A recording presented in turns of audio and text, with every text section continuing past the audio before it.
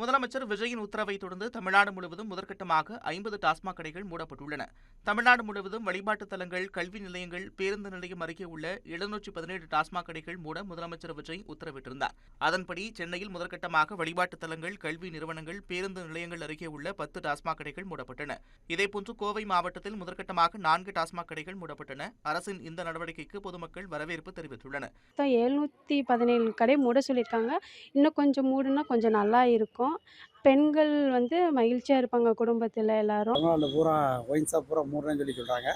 இது நல்ல வரவேற்கக்கூடிய விஷயம் தான். அது சிறப்பான ஒரு ஆட்சி நடக்கிற மாதிரி முதலே ஒரு உதாரணத்தை எடுத்து காமிச்சிட்டீங்க.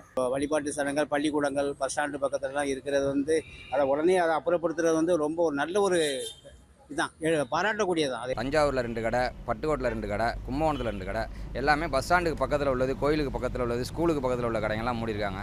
இது ரொம்ப வரவேற்கத்தக்கது. மக்கள் மனதில் இது பெரிய எதிர்பார்ப்பு ஏற்படுது. போக போக படிப்படியாக மதுவை குறைப்பாங்கன்னு நாங்கள் நம்புகிறோம். நெல்லை, மதுரை, திருச்சி, நாகை உட்பட மாநிலம் முழுவதும் ஒரே நாளில் 50 டாஸ்மாக் கடைகள் மூடப்பட்ட நிலையில் மற்ற இடங்களில் உள்ள டாஸ்மாக் கடைகள் 2 வாரத்திற்குள் மூடப்படும் என்று அதிகாரிகள் தெரிவித்துள்ளனர்.